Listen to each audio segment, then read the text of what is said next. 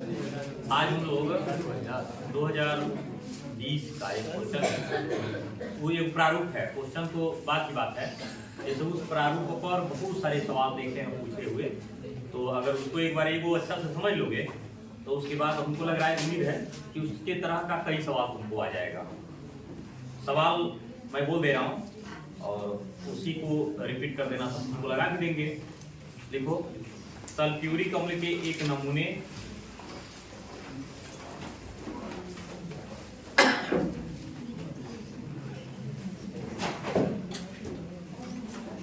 Sulphuric अम्ल के एक नमूने की प्रतिशत मात्रा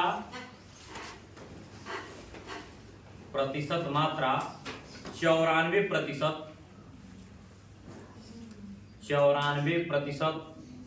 पोस्ट में लिखना स्मॉल w बटे v,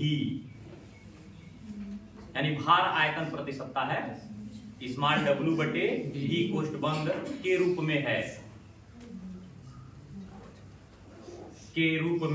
है यदि उस विलयन का घनत्व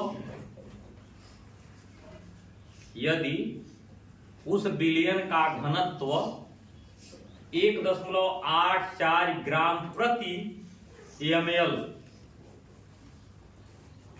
1.84 ग्राम प्रति ml हो तो उसकी मोलालता ज्ञात कीजिए। उसकी मोलालता ज्ञात कीजिए।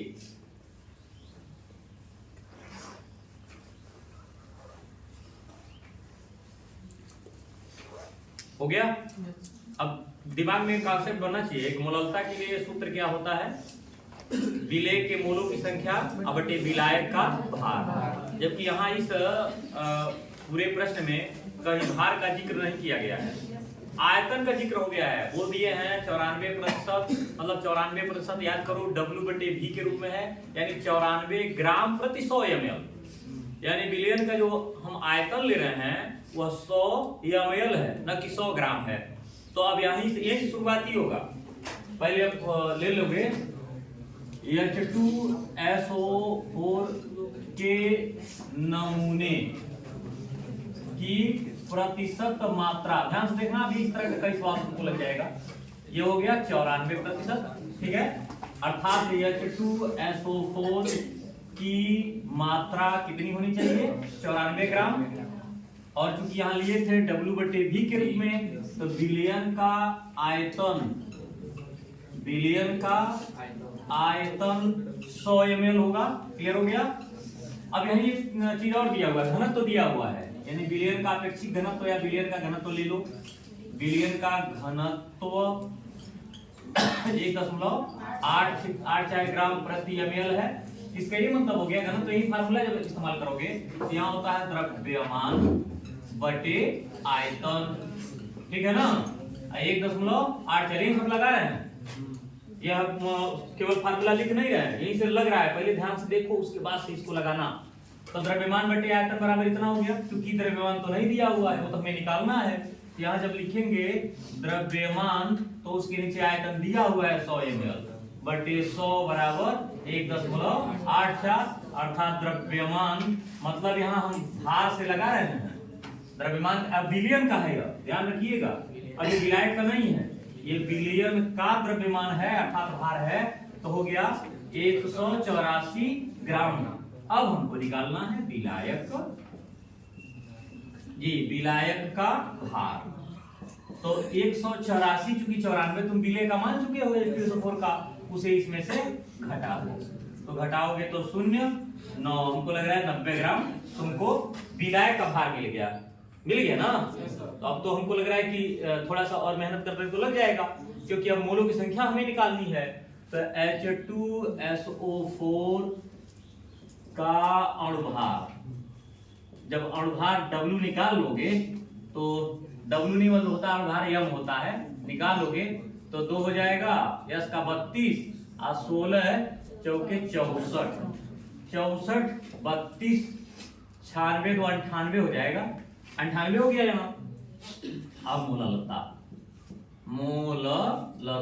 बराबर मोलों की संख्या बटे विलायक का भार केजी में। मोलों की संख्या के लिए फार्मूला हम लगा ले रहे हैं, W बटे M इंटू W, ऐसे करते हैं तो काम चल जाएगा। तो W अभी तुम निकाले हो, शायद 94 हो गया, M निकाले हो 98 हो गया। W ये वाला जो विलायक का लिए हो ये तुम्हारा 90 ग्राम, सही है ना। अब गुणा करना पड़ेगा, तो गुणा ऐसे भी कर सकते हो, बहुत ज्यादा भाग दौड़ नहीं करना है, इतना तो हो ही चुका है। 0 यहाँ हो गया, 9 8 72 2 7 9 81 81 7 88, क्लियर हुआ। उसके बाद कितना आ रहा है, हाँ एक चीज और है, इसमें केजी बनाना था ना, तो ये केजी बनाओगे तो यहाँ 1000 का गुणा भी कर दोगे, तो 1000 का गुणा मैंने 3 को 0 लगा लो, इससे इनको काट दो। अब उसके बाद हल कर दो, तो हो जाएगा 94 100 को 882 से काटना है। ओ से छोटा कर सकते थे, जैसे छोटा करने मान लो भाग नहीं डायरेक्ट, कभी कभी देखो तुम लोग भाग डायरेक्ट भी दे सकते हो, क्योंकि अब इतने छोटे क्लास में नहीं हो कि अब 2 से काटते जाए 2 से काटते जाए तो दुनिया भर का श्रृंखला बन जाएगा। इससे बढ़िया डायरेक्ट उनको उठाओ और भाग जैसे कर रहे हैं ना कर दो, एक बार में तो जाएगा ही जाएगा। 8 है 8 2, अब 10 में से 2 निकाल दिए तो यहाँ हो गया 8, और यह 13 में से 8 निकल गया, 5 यहाँ कट गया, 0 आ गया। अभी फिलहाल ये कितने में जा सकता है, नहीं जा सकता, तो 0 लगा लो, नहीं जा सकता तो, क्योंकि ये उधर ऊपर से लाए थे ना, तो 0 लग जाएगा। अब पॉइंट लगाओ, अब हो गया हमारा 5800, और ये भाग जब पहाड़ा पढ़ेंगे तो 6 7 बार में लगभग जा सकता है। 7 दूनी 14, 7 8 56, 6 यानी 57 हो जाएगा, 5 और फिर 8 56 और 56 5 कितना हो जाएगा, ज्यादा हो गया तो लगभग 6 के बाद जाएगा। अभी उसको लगभग अप्रॉक्स में रख सकते हो, ये आ जाएगा तुम्हारा 10.7 क्या है स्मॉल m, या तो स्मॉल m लगा लो या तो मोल प्रति किग्रा लगा लो, ये भी होता है। इसको नहीं लिख पाओ तो ऐसे मोल प्रति केजी या प्रति किग्रा भी लिखोगे तो ये तुम्हारा मात्रक बन चुका है, इसमें कोई दिक्कत नहीं है। तो ये एक प्रारूप था, कोई डाउट है इसमें, किस तरह के सवाल में हल हो जाएगा ना, तो इसको उतारी लो। जो अगला सवाल है उसमें एक साथ 4 पद निकालना है। पीपीएम की सांद्रता, पीपीएम में सांद्रता निकालना है, दूसरा उसमें द्रव्यमान प्रतिशतता भी निकालना है, सोचो क्या क्या कह रहा है, मोललता भी निकालना है और मोल प्रभाज भी निकालना है। एक ही सवाल का, ये 2020 का पूछा हुआ सवाल है। देखिए 2.5 ग्राम 2.5 ग्राम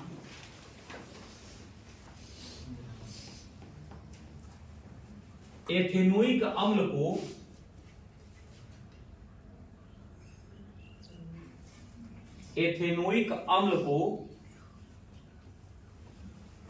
75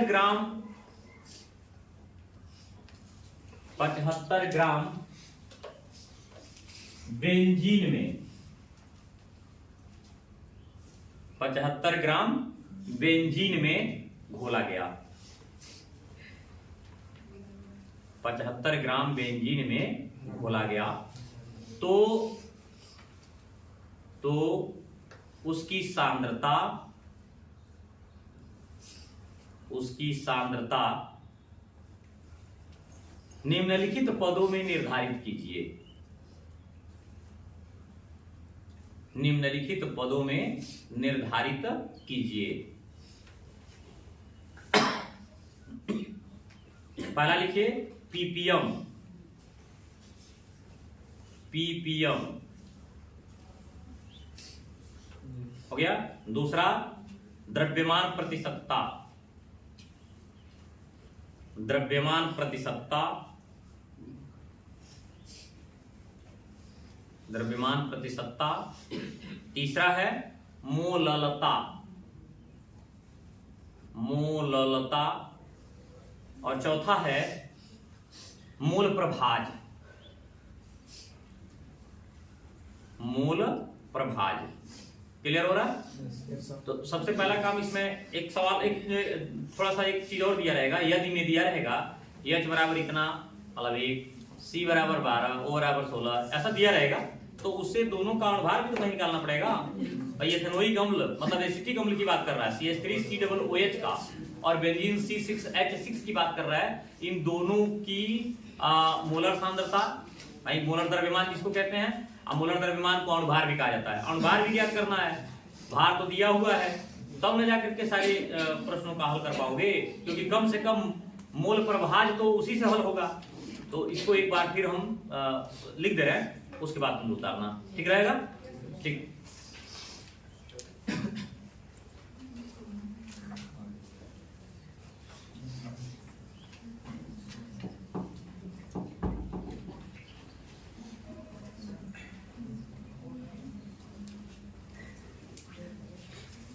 अगर ये आ जाता है तो ये ध्यान रखना कि इसके तरह के सवाल, देखो सवाल तुम्हारे प्रैक्टिस पे डिपेंड करेगा। जितना तुम प्रैक्टिस करोगे उतना ही तुमको आएगा। नहीं प्रैक्टिस करोगे तो हमें नहीं लग रहा है कि बहुत अच्छा से अटेम्प्ट कर पाओगे, क्योंकि यहाँ तो बहुत खुले माइंड में हो, वहां तुम रहोगे दबाव में। परीक्षा में मैंने कहा था कि एग्जाम फोबिया भी काम करता है, और एक डर बना रहेगा कि हम गलत कर रहे हैं कि सही कर रहे हैं, वो दिक्कत बना रहता है। जैसे अभी बोले हैं एथेनोइक अम्ल, एथेनोइक अम्ल मतलब CH3COOH। इसका अभी हम भार जो बोले हैं 2.5 ग्राम, इसलिए ना इसका भार। और एक बोले हैं बेंजीन में, जिसमें इसको घोला गया है, बेंजीन का भार ये 75 ग्राम बोले हैं। उसके बाद अगर हमको सवाल लगाना है, डायरेक्ट हम चाहे तो लगा सकते थे, क्योंकि मोल फ्रैक्शन पीपीएम में भी कोई दिक्कत नहीं है, केवल मोल फ्रैक्शन में जाएंगे तब दिक्कत होगा। तो पहले हम उसको बना ही लेते हैं, उसके बाद आगे बढ़ते हैं। एथेनोइक अम्ल, एथेनोइक अम्ल का अणुभार 2 कार्बन है, यानी C2 हो जाएगा, H 4 हो रहा है, देख लो ना, अब O2 हो रहा है। यही सामान्य सूत्र होता भी, याद कर लो। कभी कभी सामान्य सूत्र जब हम लोग लिखते हैं सब जगह एक जगह कर लेते हैं, यानी हो गया 24 धन 4 धन 32, तो कुल मिला के कितना हो रहा है?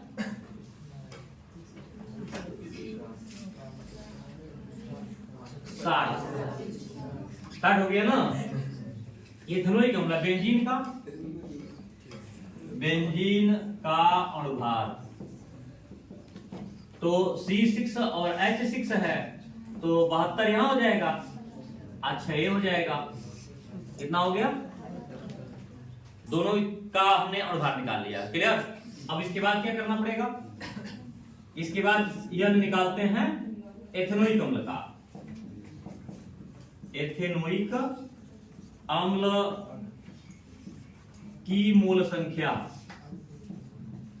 मोल संख्या बनेगी आपकी 2.5/60, अर्थात 25/600। काट के देख लीजिए कितना आ रहा है, वैसे भी 25 से भी कट जाएगा, 5 से भी कट जाएगा। 600 को मैं 25 से काट ही दे रहा हूं, तो 2 बार में 50 हो गया, और 4 बार में, यानी इसको हम देखें तो ये काट दिया 24 बार में, 1/24 होगा ना, 1/24, यानी 0.24 हुआ, दशमलव फिर एक 0 लगाएंगे, और हमें लग रहा है 4 बार में कटेगा नहीं, लेकिन 0.4 तक हम इसका काम कर सकते हैं। एग्रीगेट वैल्यू है, लगा इस पर भी सकते हो, इसको भी लगाया जा सकता है। तो एक तो यह हो गया, अब दूसरा इसमें क्या लेना था? बेंजीन लिए हैं, बेंजीन की मोल संख्या ये आपका हो जाएगा 75/78, यही ना। तो इसमें आ जाएगा 0.9 था बहुत, देख लो 75/78 है, तो 75 तो 78 से भाग जाएगा नहीं, दशमलव लगाएंगे 0 बनेगा, 0 बनेगा 750 हो जाएगा, और हमें लग रहा है कि 8 समथिंग और जाएगा, हम एग्रीगेट 0.9 कर दिए हैं। अब उसके बाद हमको करना है, पहला क्या कहा है उसमें, पीपीएम मानना।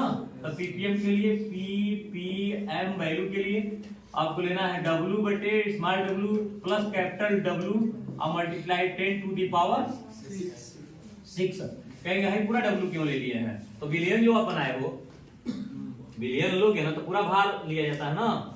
कहे होगे बिलियन का भार बटे बिलियन का भार, तो बिलियन के भार में होता क्या है, बिलियन और बिलाय दोनों मिला लोगे तो बिलियन का भार हो जाएगा, तो दोनों एक साथ कर दिए, अर्थात यहाँ हो जाएगा 2.5 प्लस कितना हो गया 75 है ना, अब गुणित 10 पर घात 6 अर्थात 2.5 और ये हो जाएगा 77.5 मल्टीप्लाई 10 टू पावर 6। और ये अगर हम इसमें से एक पॉइंट ला देते हैं, हटा दें तो 25 बटे 775 गुणे 10 पर घात 6 हो जाएगा। और अब काटना है तो काट ही सकते हो, नहीं उस तरह काटना है तो 2 यहाँ से ले आओ, ये 2500 बना लो, 10 टू दी पावर 4 कर लो बटे 775।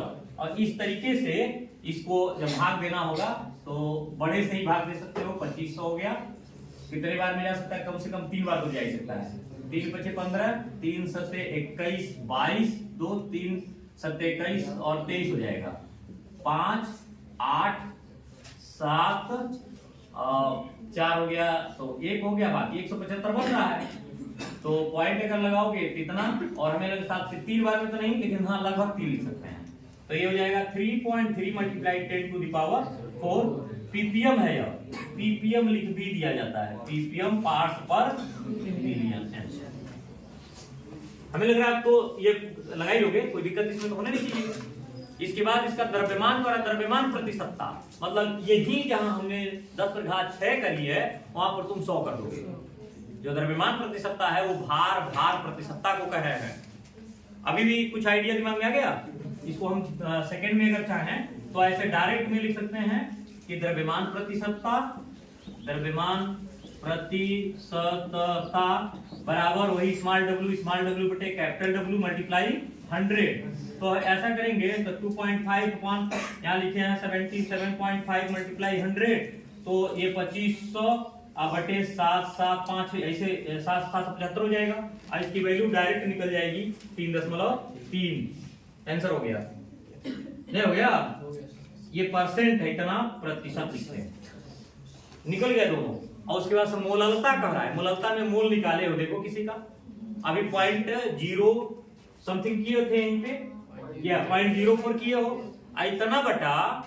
इतना बटा बिले का भार यानी 75 ग्राम ऊपर गुणे 100 कर दोगे, 1000 कर दोगे तो जितना हल करने के बाद मान आएगा वो मोललता निकल जाएगा। अमूल प्रभाज वो तो ऑलरेडी अभी जान चुके हो।